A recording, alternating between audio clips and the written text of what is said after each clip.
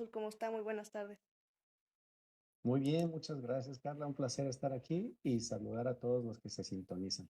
¿Qué le motivó a convertirse en cónsul y a dedicarse al servicio diplomático? En mi caso, yo he querido ser cónsul desde que tenía 9 años, una edad muy temprana, y eso se debe a que, como decimos aquí, yo nací dentro del servicio exterior.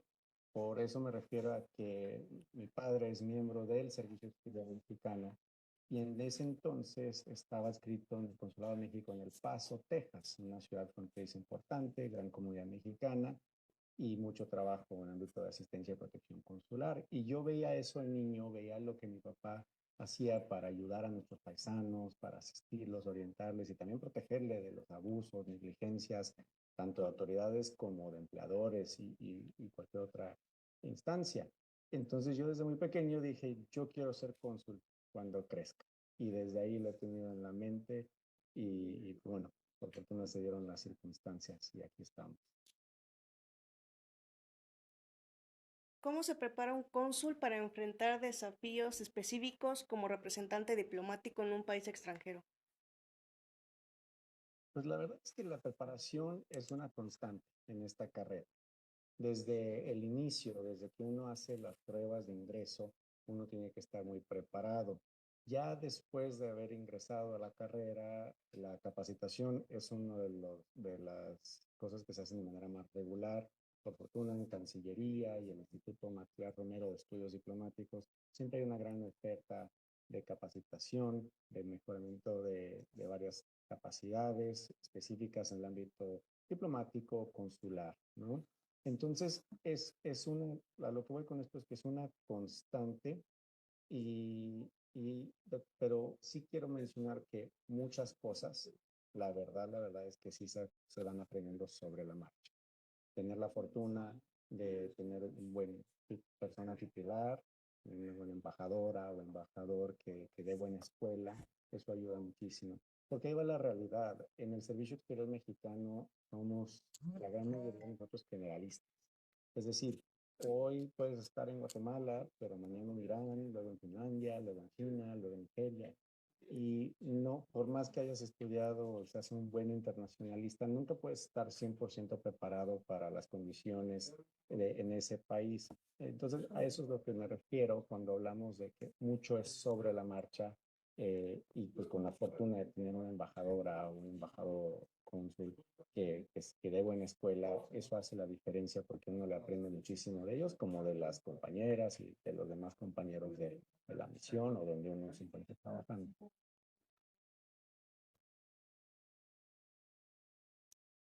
Desde la perspectiva consular, ¿cuál es su visión para fortalecer más la relación bilateral entre México y Tecunumán?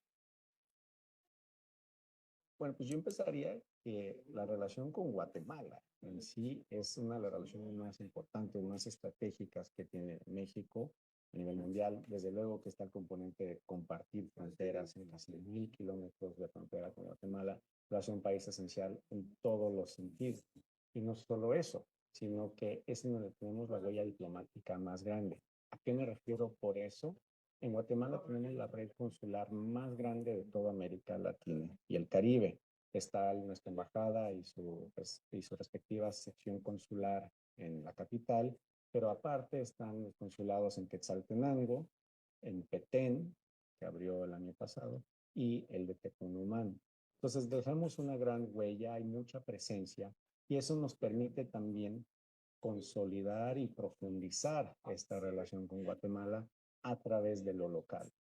El estar en estas ciudades o en estas otras regiones nos permite tener un engagement muy activo con los actores locales que van más allá, ¿no? Estamos un poco más acostumbrados a que la relación se lleva entre capitales y aunque es cierto y hay un gran componente porque ahí están las instituciones administrativas y el Estado, no podemos olvidar la parte de las regiones, de los municipios, de los departamentos, y ahí es donde los consulados realmente tenemos mucho que hacer en términos de diplomacia consular, y lo hacemos.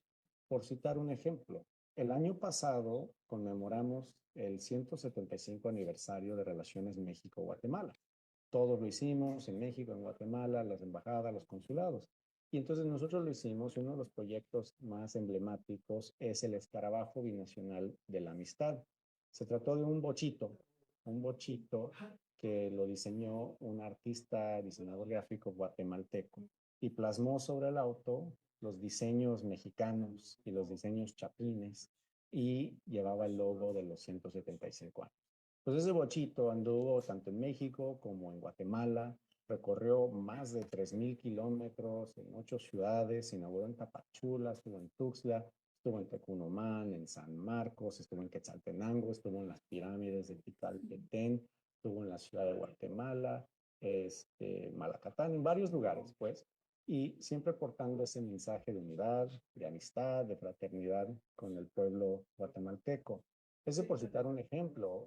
Otros actos que hemos hecho son durante septiembre, que es un mes patrio compartido tanto para México como para Guatemala, por primera ocasión, aquí en el puente internacional Rodolfo Robles, que conecta Tecunumán con Ciudad Hidalgo, iluminamos el puente con las banderas de ambos países.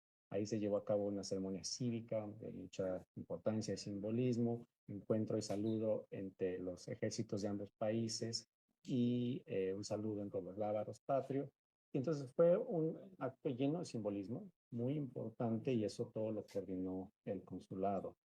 Y nada más por terminar, también una obra de este acercamiento fue el libro que tengo aquí atrás de mí, es el libro México y Guatemala, la frontera que nos une.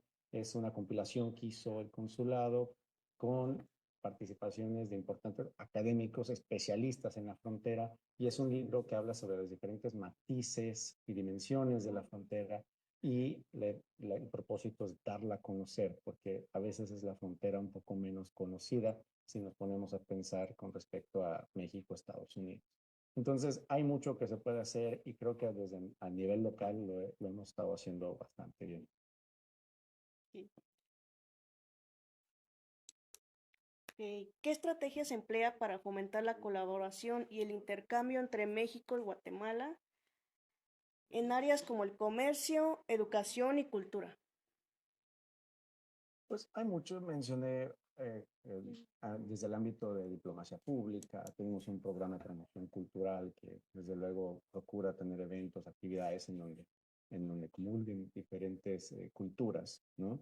En el ámbito comercial, si quisiera resaltar que aquí en Tecunumán se encuentra el principal puerto de la principal aduana comercial entre ambos países, y no solo a nivel bilateral, sino de comercio de México con Centroamérica.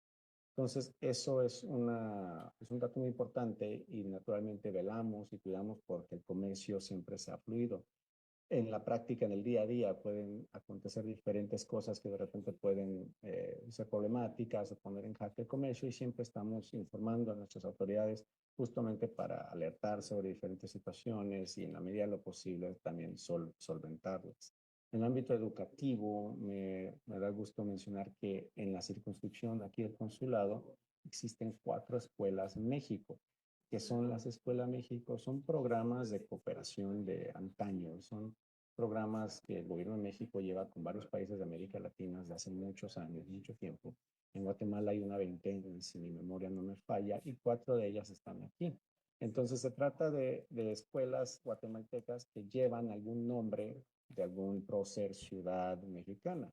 Por ejemplo, lo que tenemos aquí está la Escuela República México, la Escuela Niños Héroes, la Escuela Octavio Paz y la Escuela Benito Juárez.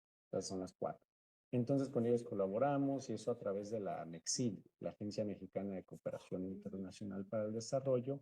Se dedican diversas acciones en beneficio, en favor de la niñez, de las alumnas, de los alumnos de primaria de estas escuelas, ¿no? Pues es un programa que ya tiene mucho tiempo, como decía, y que nos permite siempre consolidar los pasos educativos entre ambos países.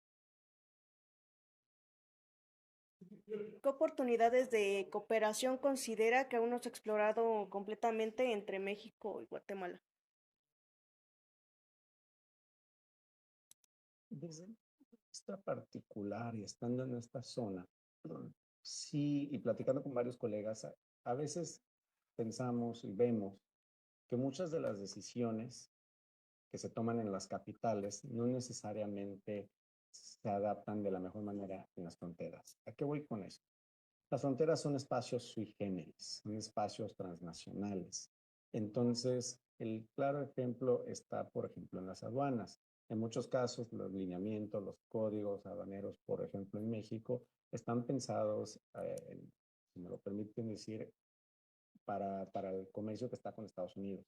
Pero es muy diferente en tamaño, en volumen, es diferente cualitativamente y es diferente en los procesos, la logística, la misma infraestructura aquí es más limitada. Entonces, eso hace que haya de repente dificultades por adaptar la realidad a la normativa que existe. Y entonces, ¿qué vemos? Que vemos que hay un puente internacional formal de carga, pero a escasos metros. Podemos ver todo tipo de contrabando, de sustancias que son lícitas, ¿no? Al fin y al cabo comercial. Es comercio, pero que lamentablemente no pasa por un conducto regular, pasa a través del río, pasa de contrabando en ambos sentidos. Entonces, nosotros, los que estamos en frontera y vivimos esto el día a día, siempre pensamos que debe haber una especie de lineamiento general más sui generis para la frontera. Y yo me refiero específicamente aquí al ámbito de algún esquema de zona franca donde hay una armonización de regulaciones, ya sea sanitarias, fitosanitarias, de inocuidad, sanitarias, todo lo que ayuda a tener un comercio para regularizar todo lo que se da del día a día y que es muchísimo, regularizarlo y que entre dentro de lo regular, de lo legal. Creo yo que eso es un área de oportunidad que varios de mis predecesores y muy probablemente de mis sucesores acá en el cargo podrán coincidir y compartir. Ok, sin más preámbulos, agradezco al cónsul José Luis Alvarado por compartir sus experiencias y conocimientos en el Servicio Exterior Mexicano. Espero contar con su presencia de forma presencial en cabina. No, hombre, al contrario, Carlos, un placer estar aquí y con la audiencia, el político. Estamos siempre complacidos de compartir y llegar a toda la gente que nos escucha. Y ojalá también puedan considerar la carrera diplomática como una opción, no solo de profesional, sino como una opción de vida, recordando siempre que el Servicio Exterior Mexicano, la vocación está en su nombre. Estamos aquí para servir, esa es nuestra razón de ser y es algo de un alto honor servir a nuestra gente en el exterior y servir a México. Gracias. Gracias, hasta luego.